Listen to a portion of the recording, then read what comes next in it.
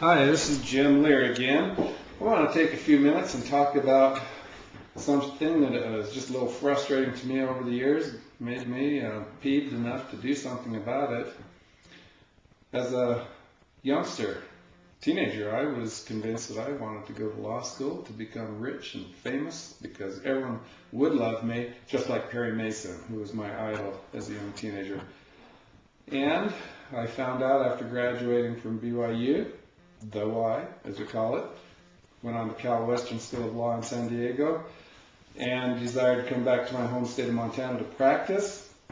First, taking a quick bar exam in Iowa because I was considering being a jumping jag, being a Green Beret in Joint Special Forces group as I finished up law school.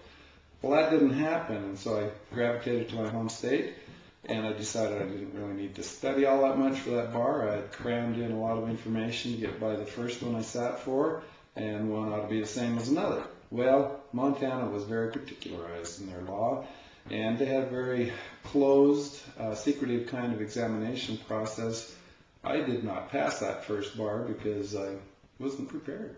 Just didn't study for it, and I had a year to think about it before I could sit for another bar in that state.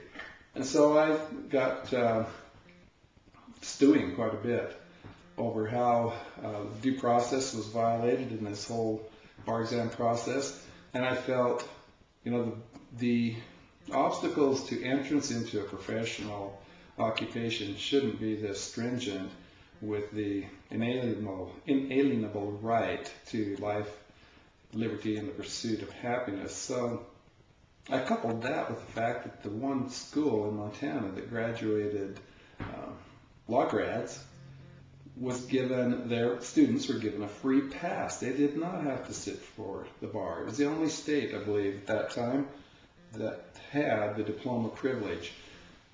These factors grated on me so much, I sued the Board of Bar Examiners to try and get this set straight. Because when I see something like that that is just totally unfair, I'm going to do something about it. And so I did. Let me share some of the documents. I went to argue before the Montana Supreme Court, and I did so proceeding pro se. Here is a news article of bar exam secrecy questioned. State bar exam test scores could be made public. Lear placed a simple request. Then I argued before the Supreme Court. Secrecy ruling awaits bar exam hearing. 5 gain new bar exemption, that diploma privilege. Then it says new lawyer still fighting secret bar exam. Well, what happened before that article came out, October 28, 1978, is the Supreme Court rendered an order in the matter in which I had petitioned the Honorable Robert A. Poore, then chairman of the Board of Bar Examiners, to allow access to all of the results so I could display just how tricky the Board of Bar Examiners were being in trying to limit access to the bar. And they said, we're appointing a committee. We're going to send this back to the Board of Bar Examiners Committee to take a look at the whole issue of whether or not there should be a diploma privilege. And then, of course, the ancillary questions, access to all of the examination material to determine whether or not there was openness and fairness. And so, in the meantime, it took a year. I passed the next bar exam. So the bar exam spat was mooted by my passing the second bar. But what we did accomplish through that whole process, guess what? There's no longer any state in the United States that grants a diploma privilege to graduates of their law school to give them a free pass so that they can practice law without taking a bar exam, just like everyone else. So I accomplished something with that.